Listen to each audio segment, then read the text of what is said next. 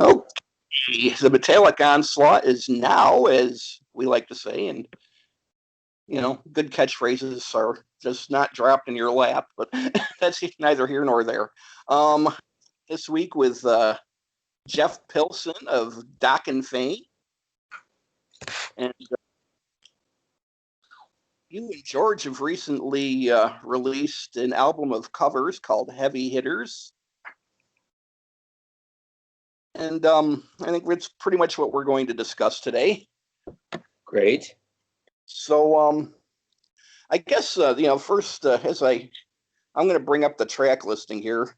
My phone cooperates because at first I hesitate to use the word unusual selection of but it's an interesting selection of songs, and let's see. So before my phone's being stubborn. How did you guys come to some of these song choices? It was pretty much number one. We wanted it to be, the hit of Heavy Hitters refers to the fact that these songs were all hits. So we wanted to take classic hits and just kind of do them in a way we dug and had fun doing. It was, we probably had a list of 30 some songs at one point. We whittled it down and, just kind of like, well, what, we'd kind of play with a song, and if we kind of felt like, yeah, there, we can do that with it. Like we started playing with the Oasis song, Champagne Supernova, and we just kind of said, oh yeah, we can kind of give it a little bit of a country flavor with acoustic guitar, and just things like that. And when we'd hit on a song that we thought we had the right treatment for, we'd say, yep, that's one, move on. Good deal. Yeah, and the opener, it's like, it's like because some of these covers, from like a 90s, it's not that I'd forgotten Joan Osborne existed, but I'd forgotten actually how good that song is. And the choices of covers are actually pretty representative of their era, which I kind of like. Because One of Us, Ordinary World, the Duran Duran cover is really good. I really like, you guys locked into a really cool groove on It's the End of the World as We Know It, the REM cover there. I really enjoyed that. Oh, wow. Cool. That's funny. Yeah. Thank you.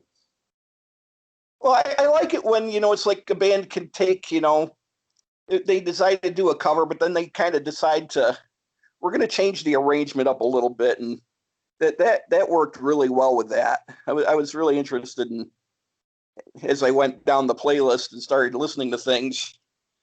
But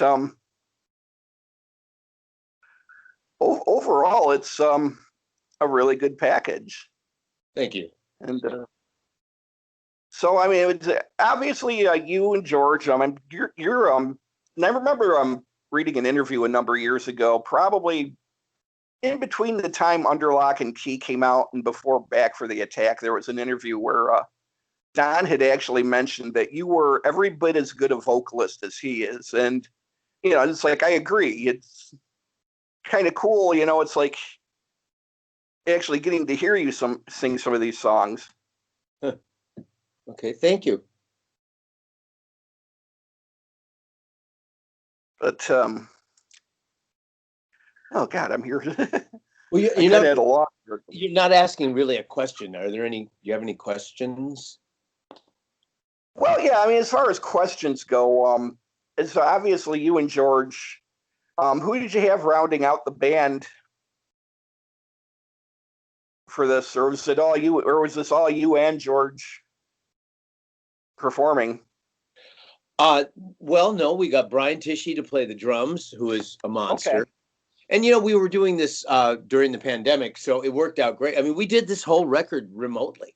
Only a handful of things were we together for. And so, yeah, and Brian has a fabulous, he gets a fabulous drum sound at his studio. So we just knew he was going to be great. We knew he'd interpret the songs in a way that was perfect. And He's a fabulous drummer, and so that was a no-brainer. The interesting thing is, Will Martin, I just think shines with such a tremendous vocal performance. The sound of his voice is just perfect for this project, because this project isn't just a rock band. It's kind of because it's a rock band doing hit songs, we wanted to kind of have a certain modern edge to it, and I think he just did it perfectly, and that was great. And then, of course, because we did the Rufus song, which is so R&B, it only made sense to ask Mark Tureen to do it, and he came in and just delivered a powerhouse vocal performance. So it made the album really, really fun. So yeah, at the time when I first listened to it, I don't think I realized that was Mark on the Rufus cover. But now that I've seen some more details on the album, and it's like, I apologize if I, for some reason, was under the impression that you were doing the vocals on most of these. Oh no, and they were actually. Who did you say it was? It was Will Martin. Okay. Yeah, the only song I sing on is "End of the World." Okay, that one is yours. All right. Yeah. I honestly somehow had missed that in the information, so I apologize for any confusion that may have caused. There's no quiz. It's okay. Okay. So, and you mentioned having to record separate. I've found that to be the case with a lot of people I've talked to, where the current circumstances, you can't just go into a recording studio, and it shows in the sound quality. It's like, despite the fact that it was recorded in that manner, everything, the mix is good, and I'm just glad that bands are able to still create and make music and stay busy during these times. Yeah, but like I don't, it's like, not meaning to deviate too far from the with news that Dr. Fauci has recently mentioned that we could be seeing live shows in by fall of 2021, perhaps. Any tentative touring plans for? Because I know you're involved with Foreigner these days, and what's the status with that? Well, we have shows booked starting the end of March. Hopefully they can happen, but you have to take into account that it may not. Yeah. But we do start the first couple shows we have are socially distanced shows in Florida, so they could very possibly happen. I'm hoping. It's a venue that does socially distanced shows, and they make a whole point of it, and they do everything. They take real good care of it. So hoping that happens, but we'll have to see, because it has to be safe for everybody. It does. So how about any other upcoming projects you'd like to talk about? Sure. Well, there is a second M Machine record that is in the can that's going to be coming out in April. We're talking about doing the videos here coming up, all outdoors and social distance, etc.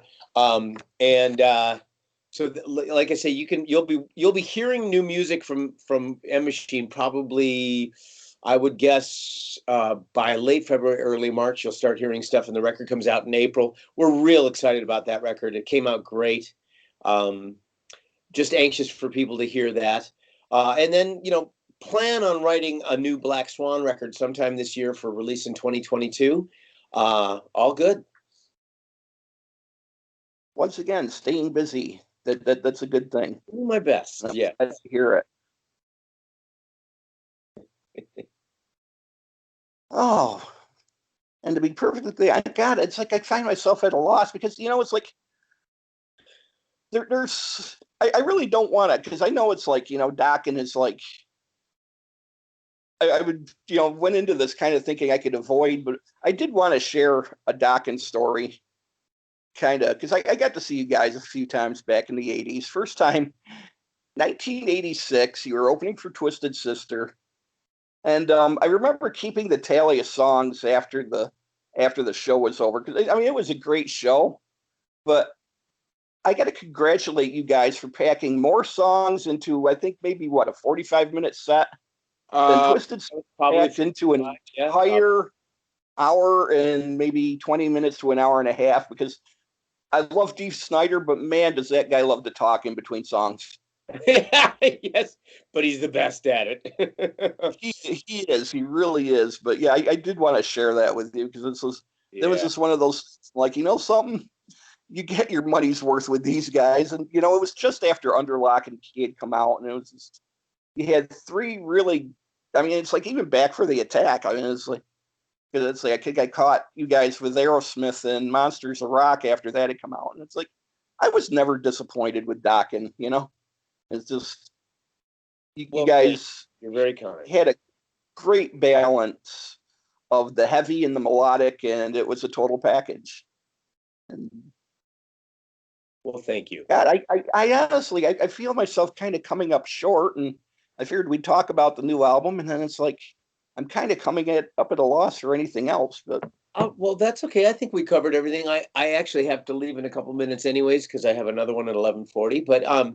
But yeah, I think we covered the grounds. The only other thing I might want to mention is that, you know, this year has been really rough because the music industry, kind of, you know, the touring industry fell completely apart.